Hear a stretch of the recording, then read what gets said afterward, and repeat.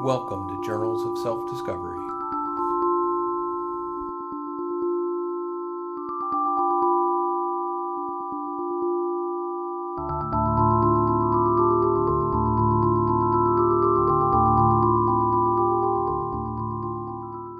Hello, and thanks for joining me for this month's episode of Journals of Spiritual Discovery.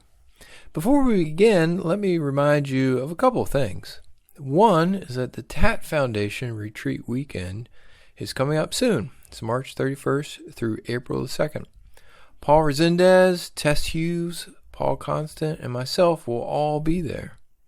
You can learn more about this by going to tatfoundation.org and clicking on current events on the menu. Also, I want to encourage you to check out the podcast page on the website, spiritualteachers.org, where you can see the show notes for each episode. And there you'll see highlights of what I thought were some of the more interesting parts of the interviews, as well as other resources. You can see that at spiritualteachers.org/podcast. My guest this month is Eddie Traversa. I met Eddie through a mutual friend sometime in the mid-2000s, but this was actually our first live conversation. We delve into his spiritual search, his current views on awakening, and have a very honest conversation about what practically he can do to help people get unstuck. Hope you enjoyed this episode with Eddie Traversa. Well, Eddie, thanks for joining me today. I really appreciate you taking the time. I'm glad to be here. I'm really looking forward to it, and I'm thinking that my Australian accent might woo the whole of the world, and so I just hope people get used to my accent and understand me clearly. Oh, I think I'm sure we'll get there. I think you're right. I think it'll be a plus for the interview. We'll see.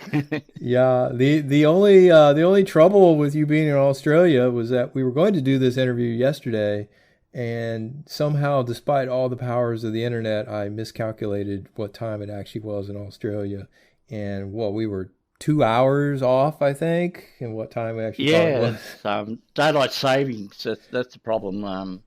I've got clients from all around the world, but particularly in America, and whenever we first start up, it takes an enormous amount of time to work out the right time. So. Yeah. So I just wanted to start basically at the beginning, just to get a sense of your history, and Yep. And I would like to know if when you look back, if there's a point in time that you could identify that's when your spiritual search began. It's a tricky question because I actually had several points where I think I kind of built up into it, and they're all interconnected. But I do have one point in particular where I think I got as serious as one could be, and that's probably what I might talk about, if that's okay. So I was on a plane, basically, and coming back from Canada. I lived in Canada for a few years with a girl, and I was distraught. I wanted to cry. And, being a man, it was kind of like, oh, don't cry, people will see you. So there was this tension between crying and not crying. And the reason why I wanted to cry was that I felt just so much like a failure in life. I felt really low, really bad about myself. I'm pretty sure that if I had a gun, I would have blown my head off at that time. That's how bad it was. And the reason I felt so bad was basically I was coming back to Australia without a cent to my name and my tail between my legs, and I'd been in this relationship, and a few weeks prior I had a heart attack. It was the first of my heart attacks. And my girlfriend then, after the heart attack, probably about a week after, wanted to end it. And I thought, what? So basically, she wanted to end it, and I decided, well, that's enough. I had enough of her and was coming back to Australia. So in the midst of all this kind of what's the right word, sadness, being really distraught, I had this moment where I kind of like thought, this has happened before in my life. I felt this low a couple of times before in my life. And, I'm a psychologist. I read a lot. I think I'm pretty self-aware. I don't do anything untowards in a relationship. I treat people really as well as I possibly can. I'm knowledgeable. And yet I keep coming back to this point where the bottom falls out of my life. And I had this moment where it's hard to explain, but it was at a cellular level where I thought, it's all a lie. Everything that I've been taught is all a lie. And that hit me like a ton of bricks. I thought my mum's lied to me, my parents have lied to me, my psychology teachers have lied to me. They've kind of like said, if you live life a certain way, it's going to be good. And to me, it was like, well, I'm the living proof that it's not. And from that point forward, I kind of like thought, you know what, I'm going to figure out life on my own. And I didn't start off as a spiritual search, although it was quite spiritual in the end. It started off like my question, if you like, was how does life work? And that's what really drove me. And when I say drove me, I was like a madman. I was intense to the max. I just shut everything else out in my life and just focused on that. So that's pretty much a story, the turning point, if you like. You were already a trained psychotherapist at that point, correct? Yes, I was. Did you have to turn towards a new set of tools, or were you able to use that knowledge in your search? Well, originally, I saw like when the bottom fell out, if you like, it was kind of like nothing works. So I kind of like threw everything out that was in my mind and what I thought was true and what I thought worked. And I was anti-psychology at that time. Just because I thought, it's basically let me down. But as time wore on and the bitterness kind of like wore out of that, I started to pick up bits and pieces of it again. But I also turned to the more mystical side of things. I was deeply fascinated and always have been with like what you would call ESP, out-of-body experiences, things like that. Near-death experiences was another one that I was interested in. Telepathy, and it was more about what is the human potential. What is actually there? What can we actually do? And so I started reading in a lot of diverse sort of fields. I like the Sufis. I like the Tao. That's my favourite book. The Tao Te Ching. And so there were things like that I read that incorporated in with psychology, and also a bit more like I was a bit more kind of like hyper aware about not getting things in that weren't beneficial to me, where I wanted to be in life. Could you tell me a little bit more about that last part? I wasn't quite clear on things that not letting things in that weren't beneficial to your life. Is that what you said? Yeah, pretty much. So to me, like at that point in time, it was like, how do I really become happy in life? How do I kind of like find a place where I'm comfortable with myself, at peace with myself, where I don't run into relationship problems and I don't run into business problems. And so it's backtracking a lot over my life and kind of like picking up things that, okay, this worked and this didn't. And so an example of that would be, I'll get into the mystical here a little bit, but so I had a former relationship and it ended really badly. It was probably the worst breakup of my life. But as a consequence of that, I got into ESP a lot, and in particularly about influencing people with your mind, if you like. And so I was doing a lot of research, and then I started experimenting. And I did this kind of like thing with magic, where I did this ritual, and it was a very intense experience for me. But it seemed that it actually worked and that I was actually influencing her. It was really a neediness of wanting her back type of thing. Sure. So it wasn't, a really healthy type of mentality I had at the time. But I did find that I could actually influence her. But the influence on her seemed to have a very bad effect on her, so I stopped it.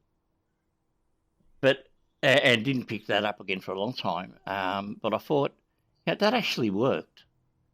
I wonder if that's worth exploring a bit more and seeing what's actually there, sort of thing. So it's those sorts of things. And in psychology, it was, let's kind of like relax a bit more and not take things so seriously and be a bit more positive. That seems to work. So I picked that up. And then I read other bits and pieces here and there and integrated them as well.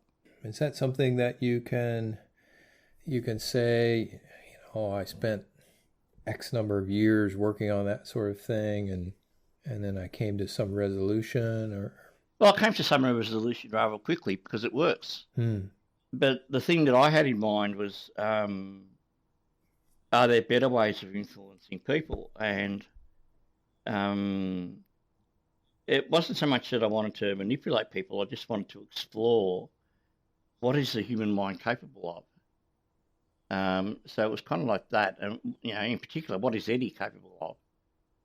And so one of the things about me is that I can be quite scattered in my approach to life. So when I say I focus, I've usually got 3 or 4 things that I focus on at a time. And I tend to kind of like work on one thing for a couple of days, and then the next thing might catch my attention. It's all about the other thing. Mm-hmm.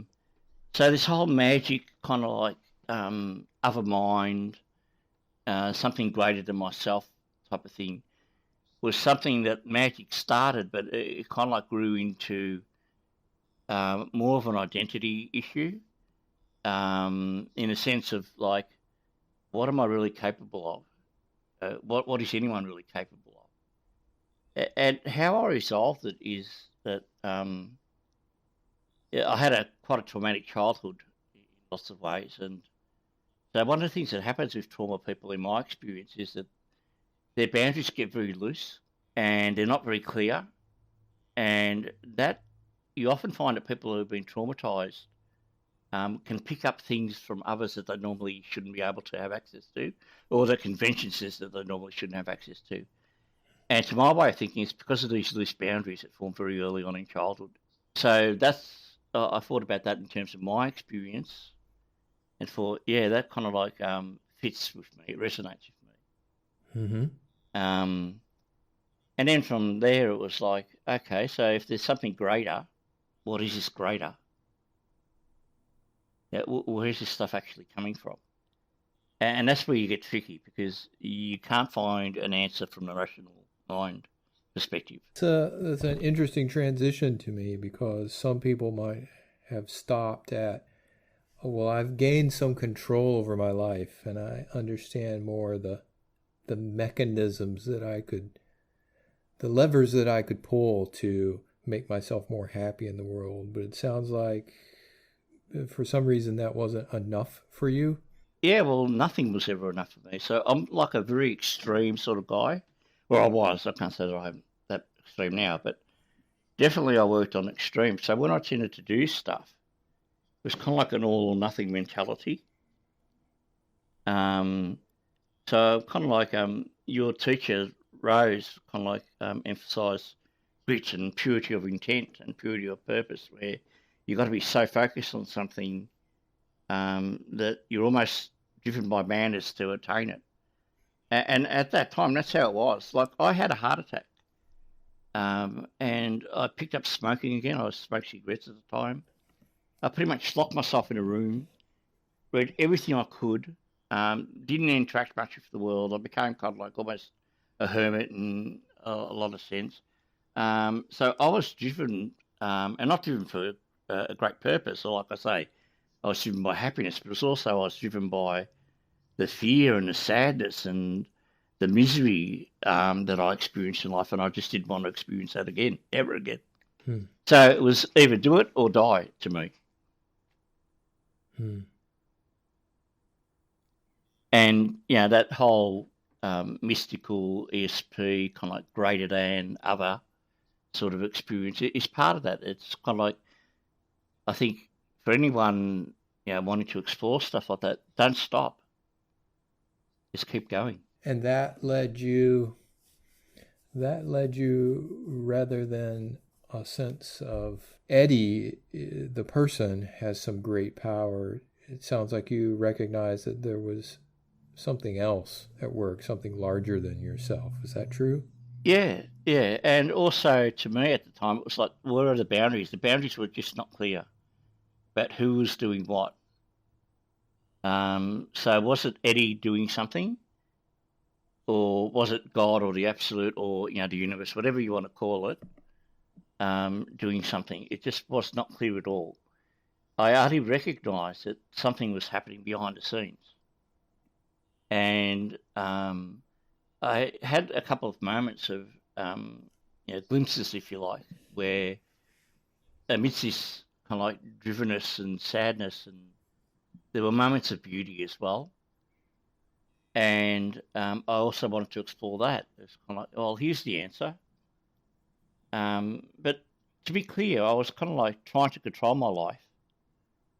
And I was after a magic pill solution. I kind of like wanted, well, if I find the answer, then everything's going to be okay. So a lot of that was driven by that. Can you talk a little more about how you explored that? I understand that you were, say, doing experiments with ESP and so forth. How did you dig deeper into that question of what is this other or higher power that may be behind this? Were you meditating? Reading books can only do so much.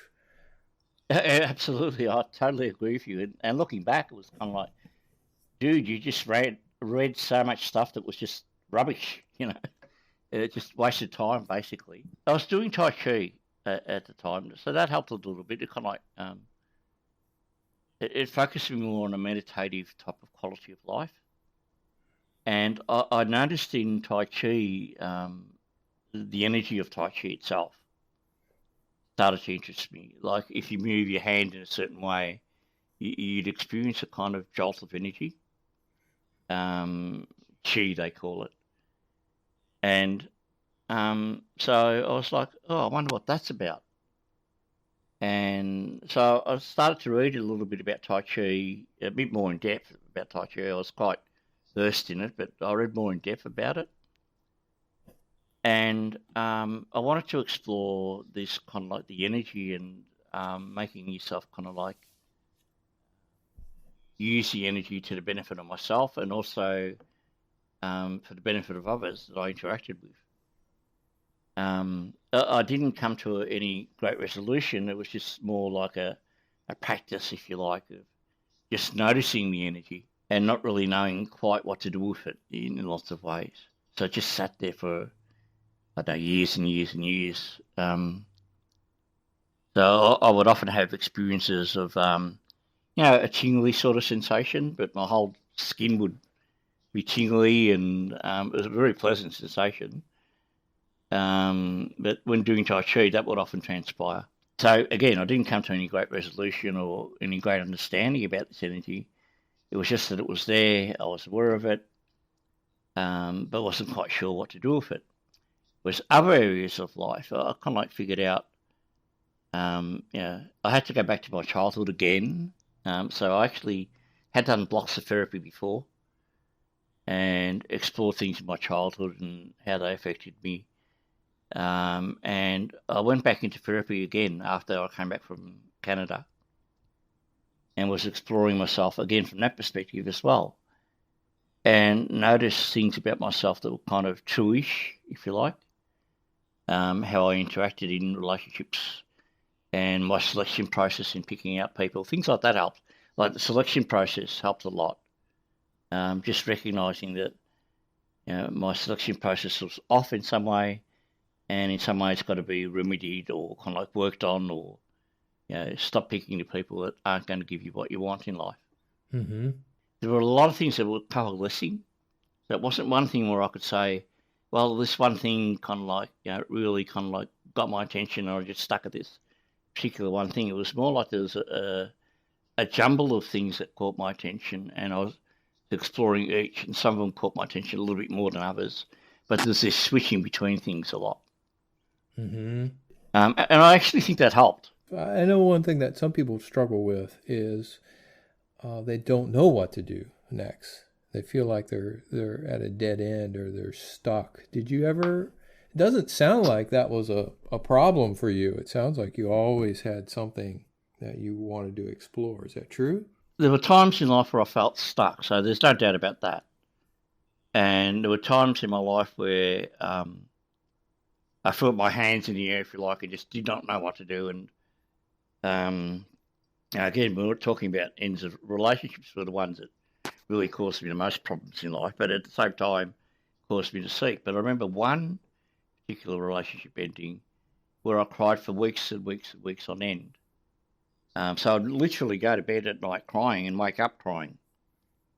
And I just did not know what to do with life. But it lasted for a couple of weeks, and then slowly but surely, that kind of like motivation to kind of like keep going arose again. But I actually should mention this, because I know where it stems from as I'm talking. So when I was about 30, yet another relationship ending. And so we're talking about giving up and all that sort of stuff. And so I tried to commit suicide. So it was a pretty serious attempt. And I went to bed thinking that I would die. I took a massive amount of pills and alcohol and all that. So I literally gave up. And I woke up the next morning and thought, oh my God, I can't even get that right, sort of thing. But then I'm not even sure why, but I promised myself, it was more like a vow. A vow is a good word for it. I promised myself that I would never do that again. That I would never ever give up.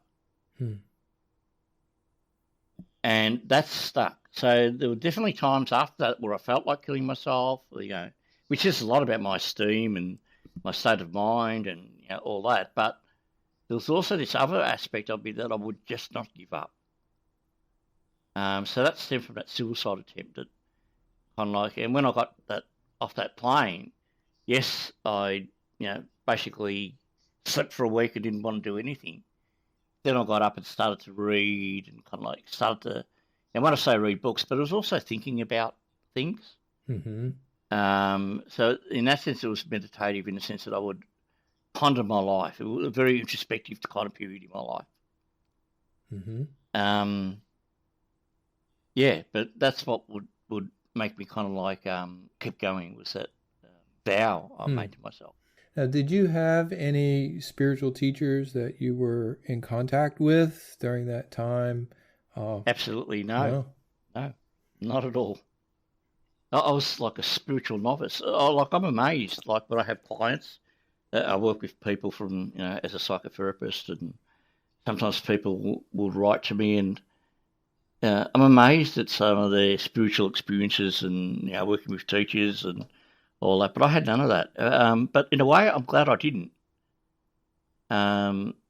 because I think it can lock you into a particular way of looking at the world rather than exploring it. And while a teacher can be very helpful as a guide and all that, sometimes it can get in the way as well. And for me too, you've got to remember that like my vow on that plane was kind of like, also, I'm not going to listen to anyone else. I'm going to work this out on my own. And so I didn't come back to Australia.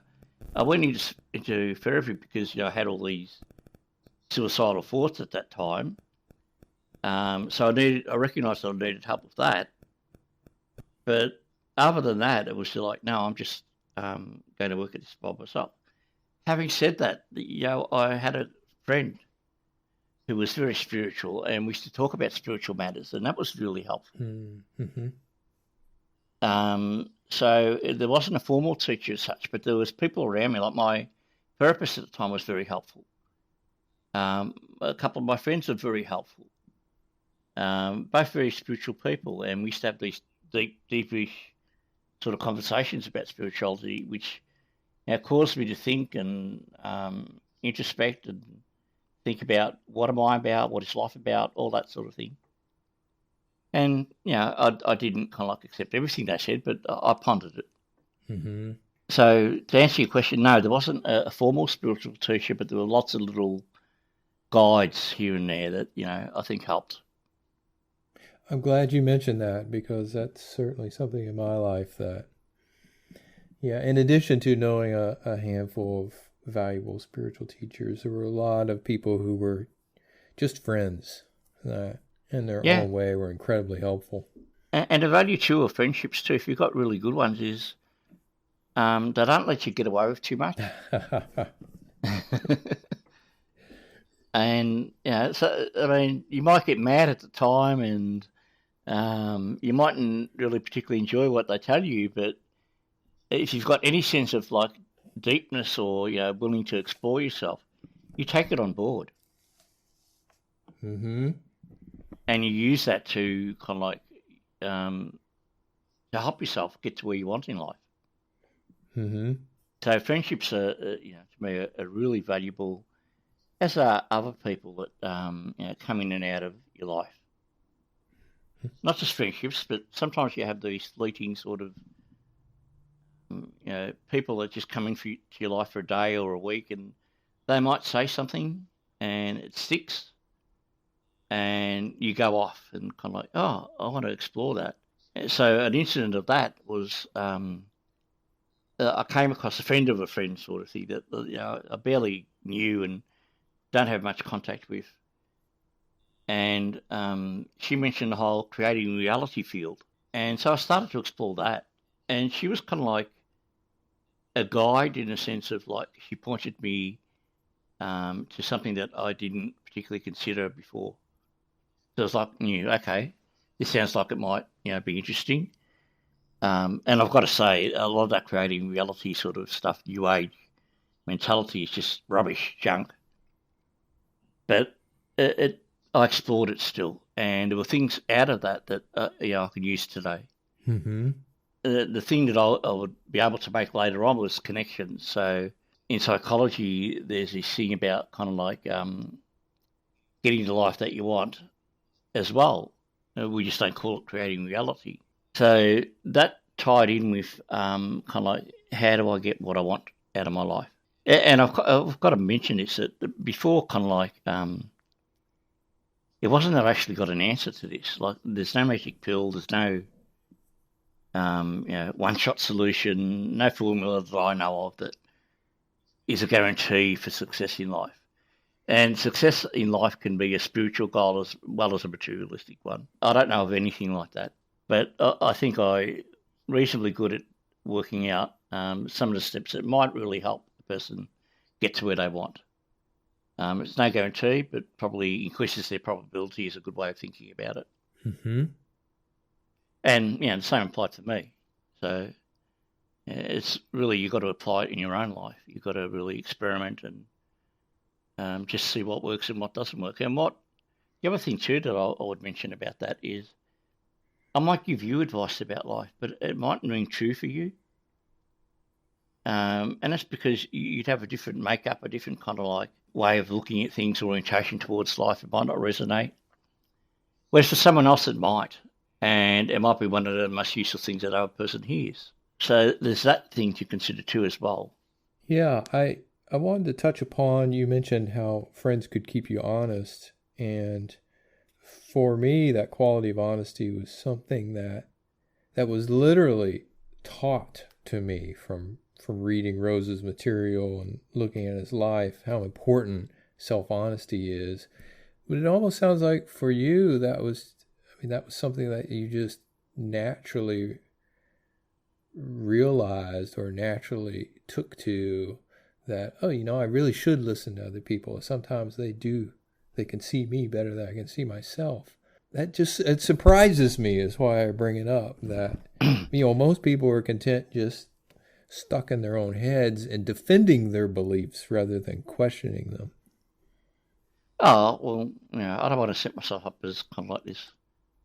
It's not actually true because before 30, the age of 30, I was the most superficial guy you'd ever want to come across. All I wanted to do was party, sleep with women, get drunk, beef my mates. Australia would call them mates. Mm-hmm. And just generally have a good time with life. And I was not very deep at all. I mean, the only things I would read in those days would be probably science fiction. Mm-hmm.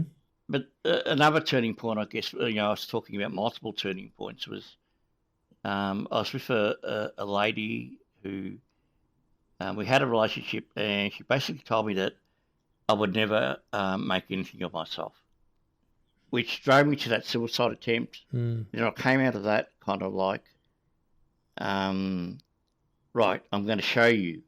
So there was this determination to, it wasn't so much an introspection as much as I'm going to show someone else what I'm capable of. And that took me off to university. Uh-huh. So, my whole psychotherapy thing started off as revenge. There was nothing noble about it. Right. Yep. I can relate. And it's funny because years later, I won this, not meaning to brag or, put myself overly prideful, but I won this award for the university that basically would be the equivalent in America would be winning something like the best student at a university there. Mm-hmm. Across all disciplines, every student in that whole thing, you're the one. So I won this award, and I got into local newspapers here, and had a picture with me holding this award, and I was thinking, stuff you, that's I've shown you now. Yeah. So I had this kind of like, we were talking about honesty, but so when I first started in psychology, I kind of thought, I want to go into psychology because I want to help people. That was what I was telling myself. But I wasn't being particularly self-honest. The real reason, it wasn't one reason, there was multiple reasons. But, that revenge motive drove it, and I wasn't being honest with that. And so one of the things that really I'm fascinated with is how we can be so ignorant to our own kind of like ways that we tell lies to ourselves. Yeah. We're just so blind. And I mean ignorant in the sense of stupid. I mean ignorant in the sense of just unaware. And so this whole, I was a very unaware guy to the age of 30. So that's why when I've got a young client that's on the spiritual search and they're looking at themselves, I'm like, wow, how do you do that? Like, I was never like that. I was the complete opposite of that. But so out of suffering, I think, is the main point, that, out of that crucible of suffering, it kind of like turned my life around a little bit in that I would never give up again. And I would just had this fascination with exploring myself and the world and others. And so psychology was a good fit. It was nothing like I imagined it to be, but at the time I thought it'd be a good fit. So do I have a natural inclination to just do that? I don't think it is. I think it's more, again, I don't want to make a thing out of a religion out of suffering, but it was born out of this whole experience of being in a deep state of pain that kind of like switched my life around a bit and kind of got me to think about, I don't want to go there again. Right. And if I didn't want to go there again, I'd have to do things differently. I'd have to open up myself to different things. Right. And like we're talking about honesty, but I actually walked down life for, I don't know, probably nearly 30 years of my life thinking I was dumb, stupid. Literally, And it wasn't until I got to university that I thought, hey, I might actually have brains. When I started to do well at university, like academically, it was like a big, massive kind of like boost to my ego and my confidence and esteem. And So things like that interact and kind of all play a part into bringing you to certain points in life. So it's not only the pain, but also the positive experiences that we have, that they kind of like mix, coalesce, and allow us to get to where we want. Why do we lie to ourselves? I mean, that's a fascinating question to me. And I think it's because we're taught to. Speaking for myself, even when I was on a path where I was trying to be as honest as possible, there were certain aspects of myself that I was so deeply attached to or identified with that I could not see. I could not see them. And even if someone pointed them out, my reaction would be, well, I don't know about that. It was never like, oh my God, I never realized that before. I'd have to think about it, and then slowly over time, it just kind of stuck with me until it. Absolutely.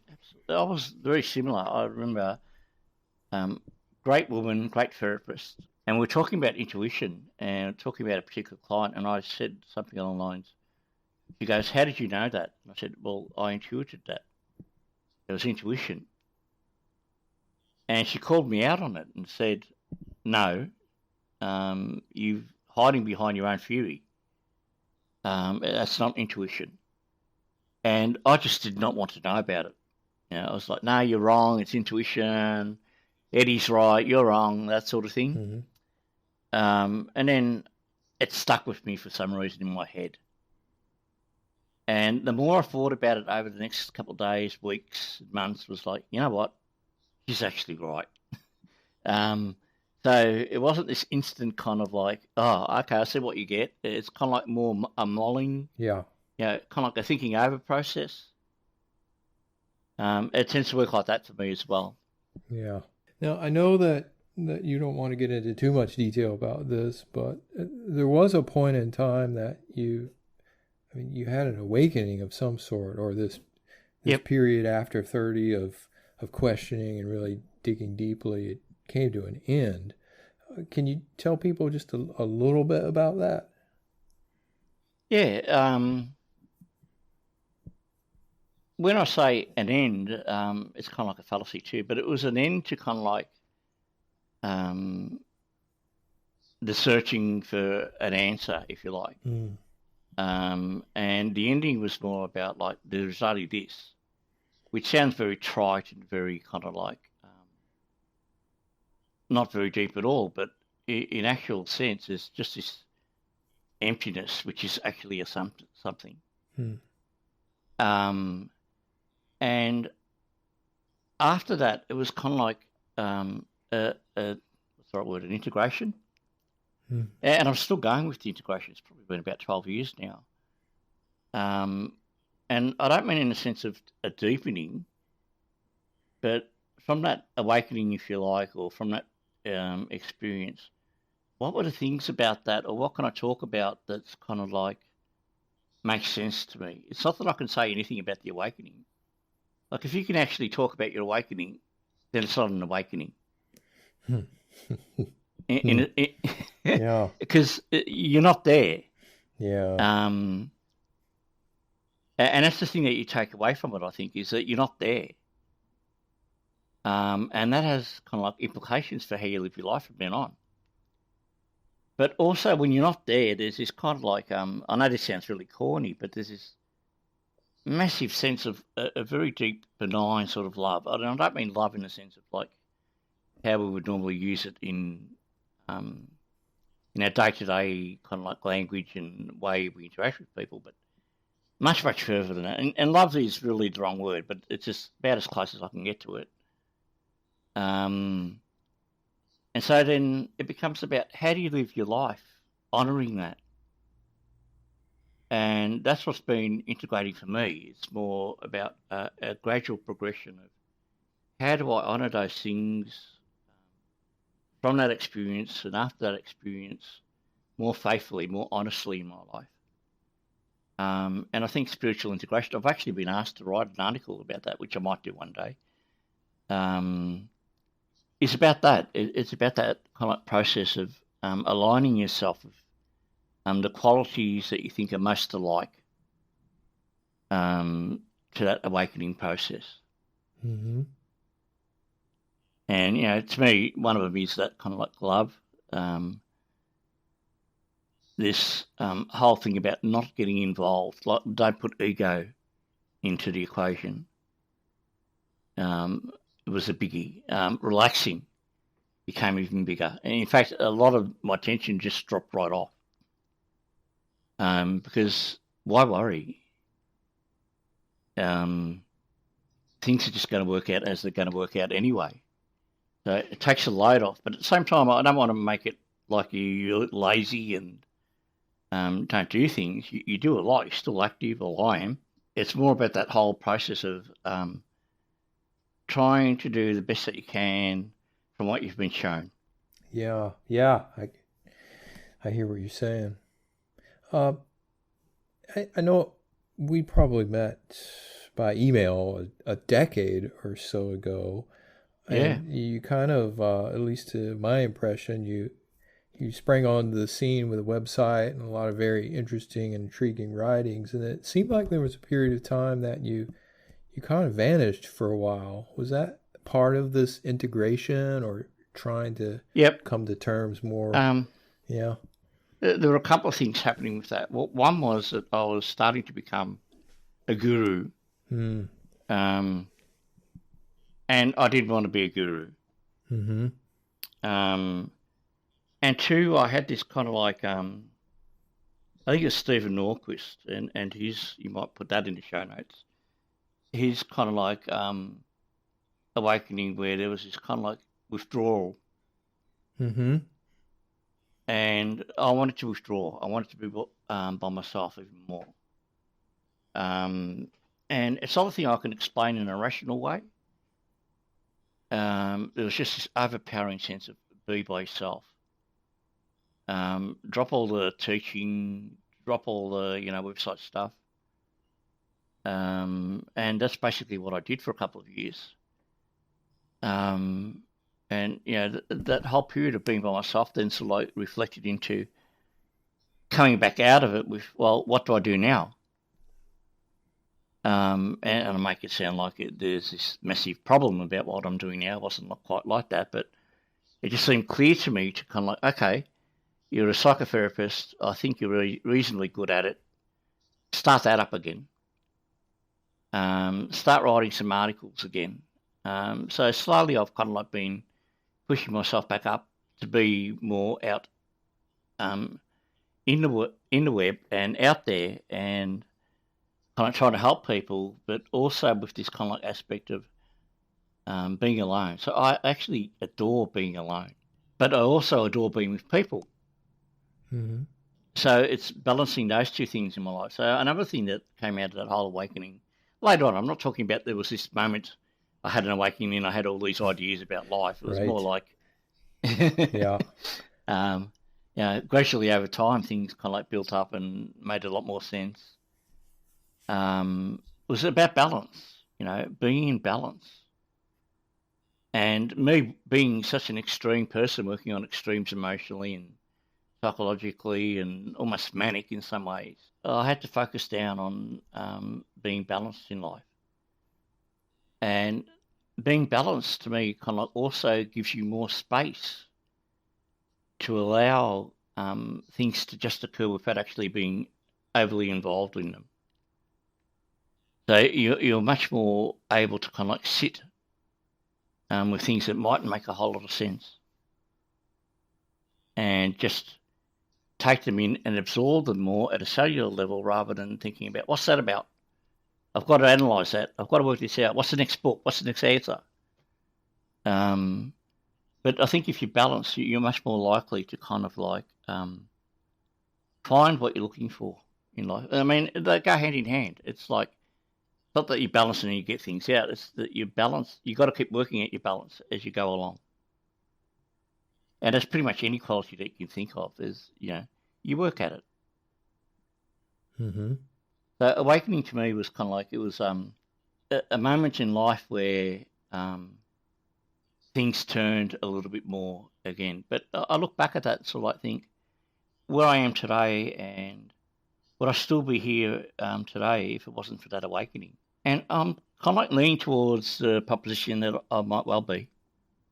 Perhaps maybe not quite as far along, if you like, or I think that if I look at it and I can sort of like see almost everything that come out of that can be done by someone without having an awakening experience. I'm not talking about the awakening itself. I'm talking about the aftermath and how you live your life and all that.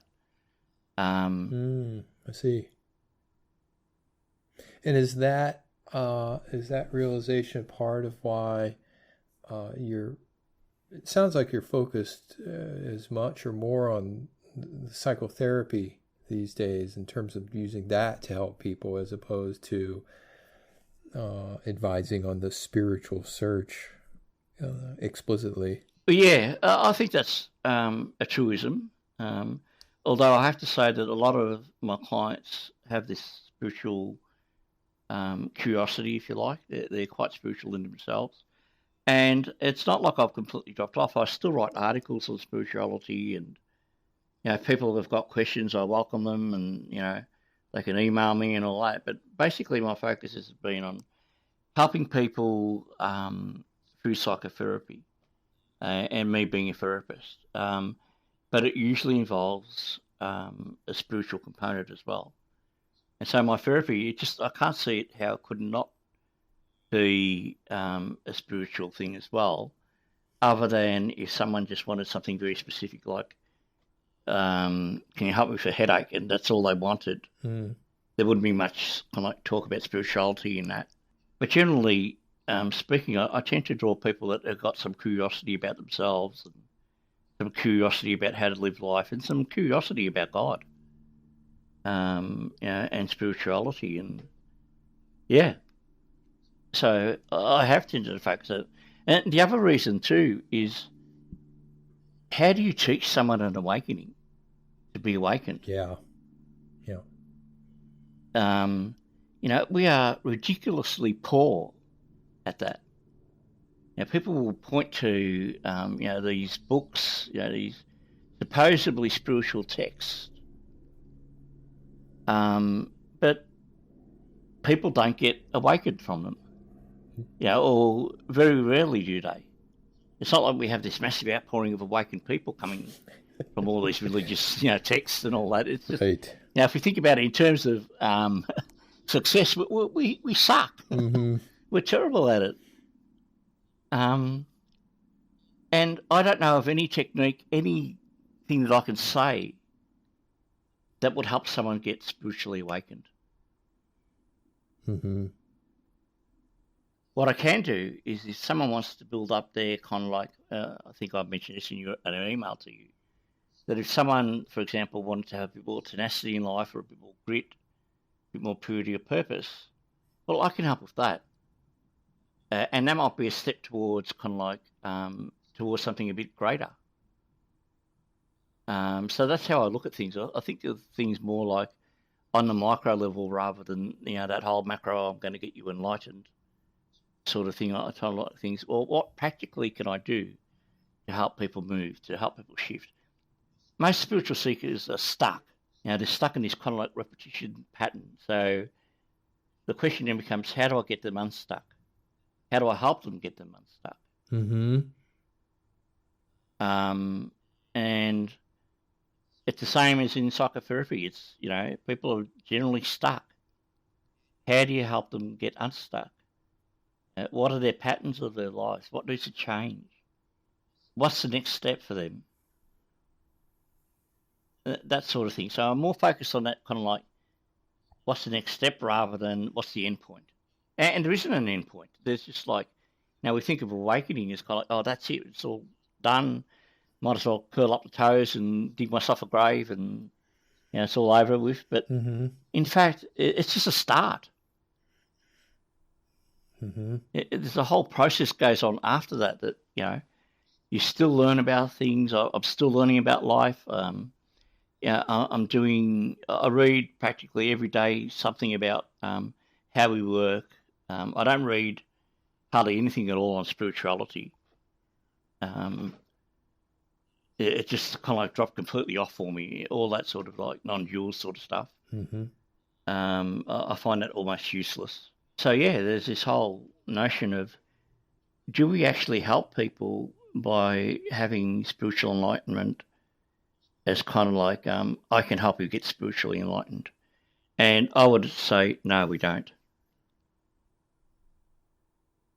As a general rule, you can get some really exceptional teachers, like spiritual teachers, but they're really hard to find. At least that's my experience of them. Mm-hmm. Yeah, a couple of things come to mind. One is that as we were talking, I recognize I tend to incorrectly draw a bright line between psychotherapy and spirituality, as if the two are separate tracks. But I appreciate your explanation of how the two bleed and there's into also each other. There's also the other side of the coin. Like in psychotherapy, I've had a couple of clients that have done this, and they might recognise themselves as I'm talking about it if they listen to the interview. But they were reading books on non-duality and all that sort of be present and be in the now. And we were talking about spirituality, and I said, look, none of that is spiritual, right? You're reading about non-dual stuff, only lets you talk in a, this kind of like language, and it's not spiritual. It's very superficial. What's really important is that you're here in therapy working on yourself. That's what's actually spiritual. And it's that working on yourself that actually might actually turn the odds in your favour towards an awakening. It's not that there's a guarantee there, but the probability shifts a little bit. And shifts towards in your favour. And I think as long as we're working on ourselves, and often reading is not working on ourselves. I mean, how many non-dual books could you read, really? How many books on spirituality can you read? Don't they all say the same thing, pretty much? Don't all teachers pretty much say the same thing? So I have this notion in my head about, all right, well, that, practically speaking, hasn't worked really well, in terms of history. What can I do that's a little bit different? And so I've come up with this notion of exploring the little things that go into the processes. And I don't have a big distinction between what is spiritual and what is psychotherapy. To me, they're kind of like, we can talk about distinctions between the two, but they're just so interconnected that I find it difficult to separate them out. Is the concept of ego something that you use in your work in terms of many people would say that the ego is the great barrier to spiritual awakening? Yeah. Yes, it is. I'm just pondering your question as you're saying it. So to me, there's often a thing about we need to get rid of ego. Right. But I don't think that's correct. I think it's more about how do we manage ego? So a metaphor that I would use, or analogy, is think of ego as a mischievous little puppy dog that gets into trouble a lot. And your role, like as an observer, observing this ego, getting into trouble, getting into mischief, is to kind of like say, all right, pull it up and stop that, but also give it praise when it does something well. So, there's this notion you shouldn't have ego in a spiritual search, but I think you actually need a pretty big ego. I think you need to kind of like stroke it, manage it, get to a certain point, and then it falls away again. Then build it back up again, it goes back down again. Then build it back up again, and it goes back down again. So I think you need an ego to kind of like push yourself. What's more arrogant than being on a spiritual search? If that's not ego, what isn't? I agree. Yeah. So you kind of like need your ego to kind of like get there, but your ego is also a thing to me to be managed. It's not something that you get rid of. I've still got an ego. I try and push it to one side and manage it as well as I can. But it's not like it's missing. It's more like I can observe it now, and in that sense, I'm not really there. Like in the sense of there's something else actually happening, rather than what the ego. Like before, the identification was with the ego. Now I am ego. And now it's more like okay, there's this kind of like awareness of ego, for lack of better wording. So yeah, ego's to me, like in therapy, in spirituality. In life in general, it's like you've got to get it out of the way. I'm actually writing an article at the moment, and I might send it to you later on when I finish it, about how we go about getting what we want from life. And part of it, that I'm not going to be writing about is ego. And ego can be the block to getting what we want from life, because we kind of like think that we're going to get it from ego.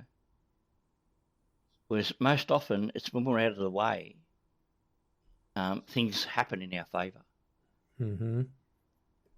It's more often that we have to let it go, that things start working in our favour,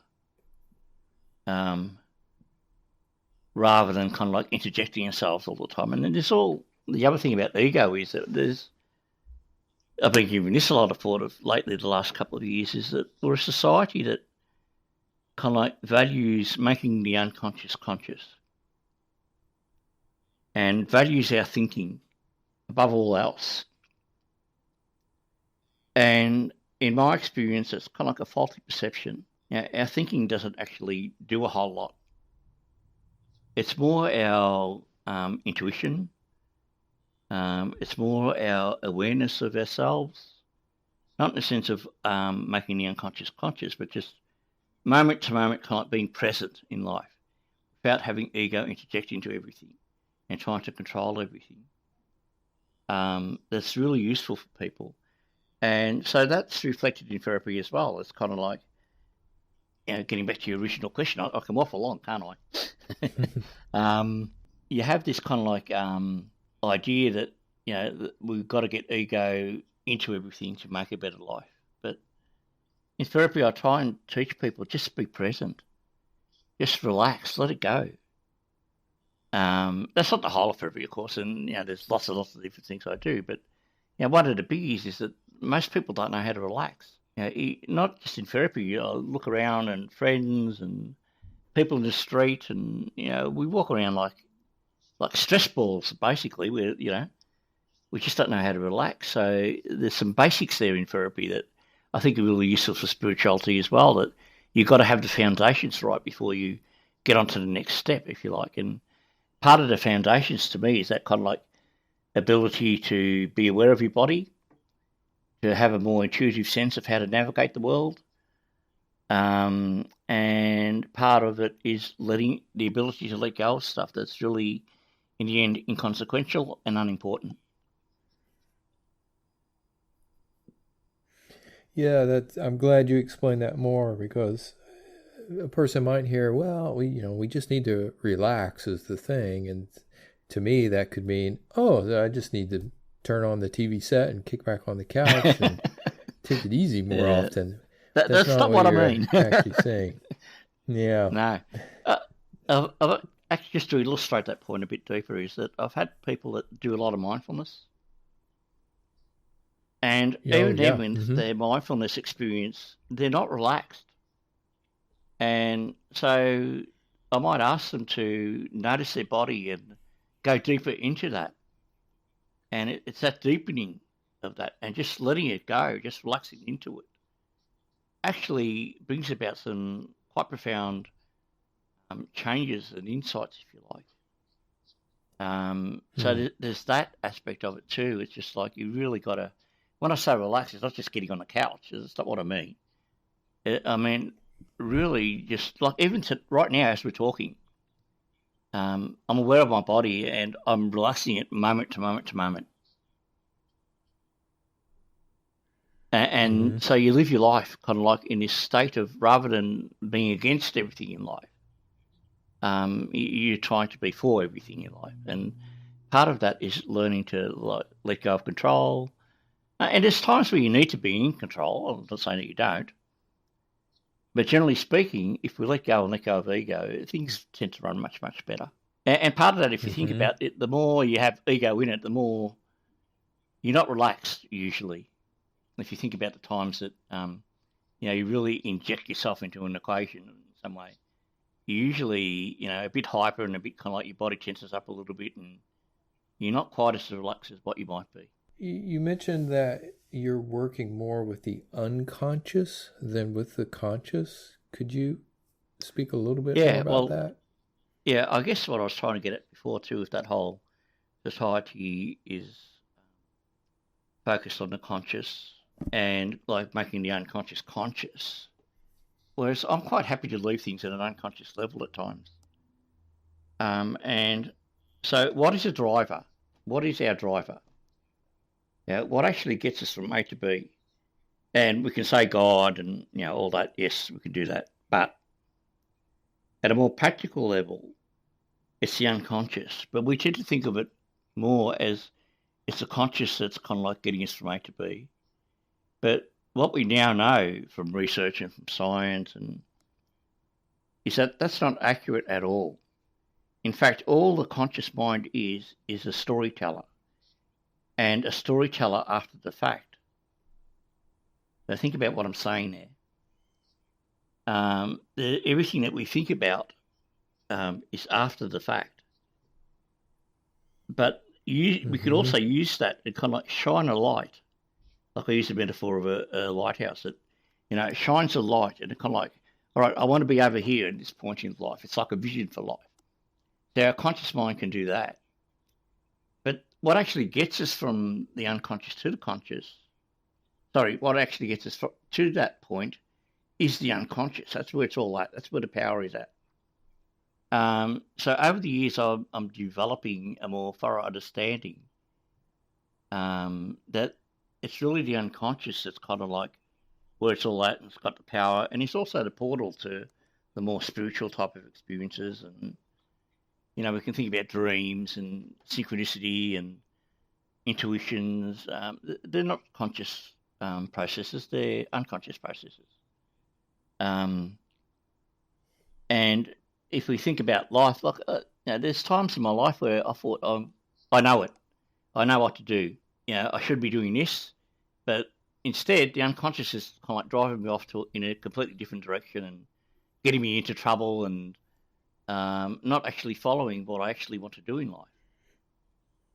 So in that sense, our conscious minds are quite limited, and our unconscious ones are the ones that really drive us. Which, if you look at the literature and in the past, we've kind of like been focused on this real tiny aspect of ourselves and kind of like almost been dismissive of the unconscious of what we can do with it. So I'm really keen to kind of like learn more about it and explore more and work with people on that level. Mm-hmm. And I see more potential in that than something like a more cognitive behavioral type approach. Mm-hmm. You're going to ask something? Is there any general advice that you can give to people who would be listening to this if they wanted to explore more deeply into the unconscious? I think you mentioned dream work is one thing.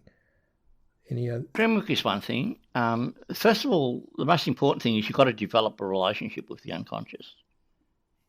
So, and by that I mean you have an inward kind of like relationship with it. So if you have a dream, the relationship to yourself is just as important as anything as the interpretation.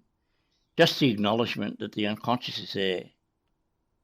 So we talk about that little puppy dog, and part of that is the unconscious, that it doesn't get any kind of like credit for what it actually does in our lives. Some practical things is, yes, dream work is very good. I would watch for synchronicities.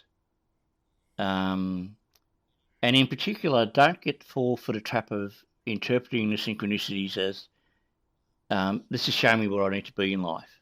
It's not a signpost that says you've got to go here. It's more like, this is an opportunity to explore myself. There's something about this. that gives me an opportunity to explore myself. So synchronicity is a bit more like that.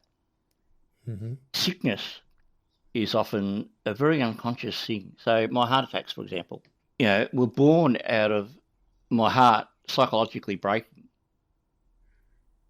And a lot of my illnesses, like, people don't know, but like even as we're talking now, I've got pain. All of these have psychological roots, and they're by and large, we leave them into the unconscious and we dismiss the potential for healing because we do.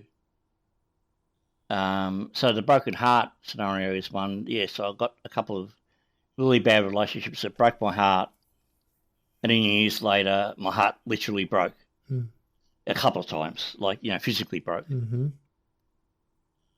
So there's a relationship between that's quite unconscious.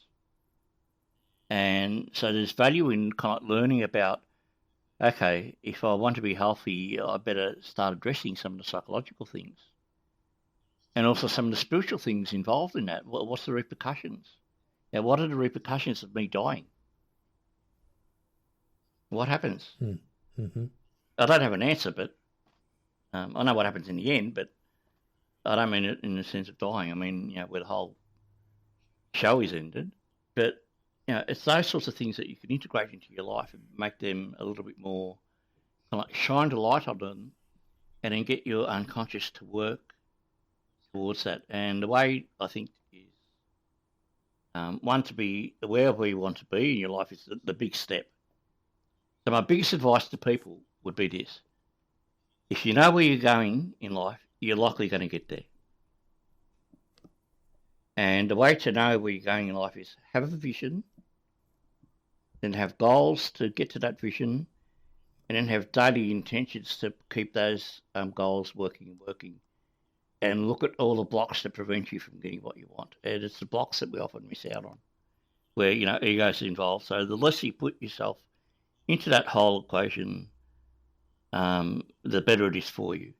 And the more precise you are with your vision, the more likely it is that it's actually going to come to fruition.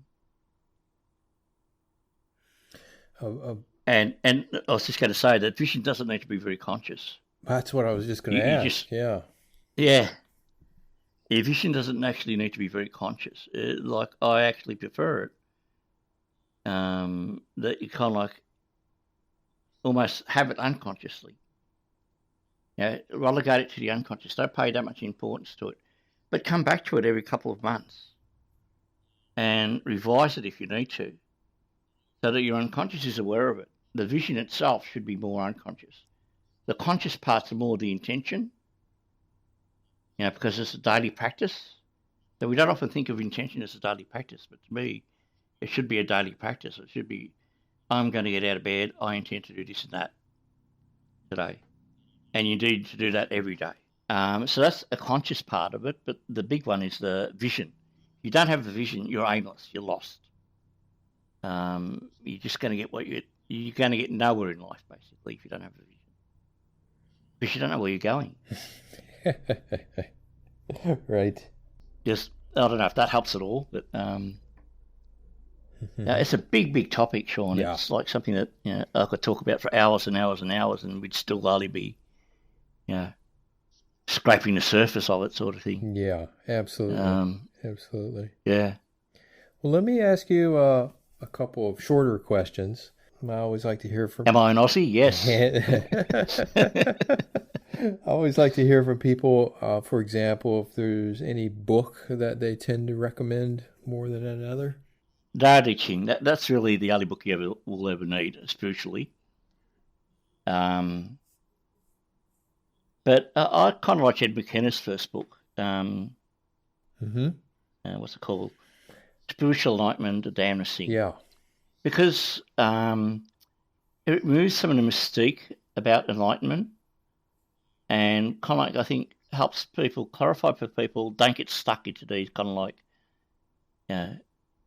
normal views of enlightenment. Don't get stuck into the whole kind of like, you're going to get enlightened, everything's going to be all right afterwards. So they're probably the other two I would recommend to people. And how about films? Are there any movies, documentaries that you've I seen? love, I love American Beauty. Ah, yeah. It's kind of like, that's it. You only need that. um, yeah, I'll leave it at that, actually. I'll leave it at American Yeah, Beauty. all right. It's a fantastic film. Mm-hmm. And captures things about life that are, people might think that the guy who's playing that observer role is the one that's awakening. But I actually see the guy who's rebelling a bit more, Kevin Spacey, Mm-hmm.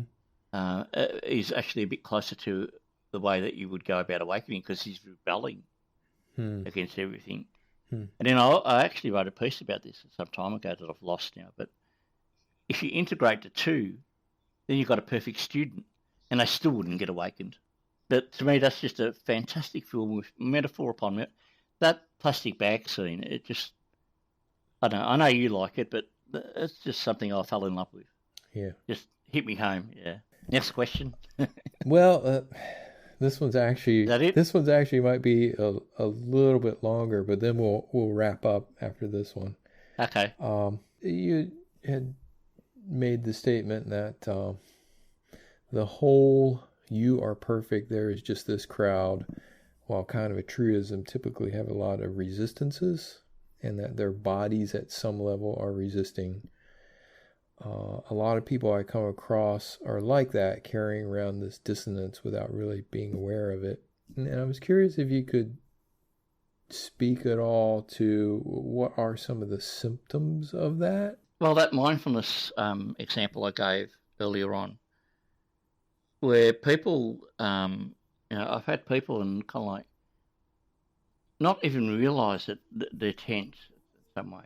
So an exercise I might do with them is like, think about your body and think about a certain position in your body. Is there anywhere in your body where it might be a little bit more tense or a little bit more relaxed than the other part? So as they focus in, they might actually get to a specific point.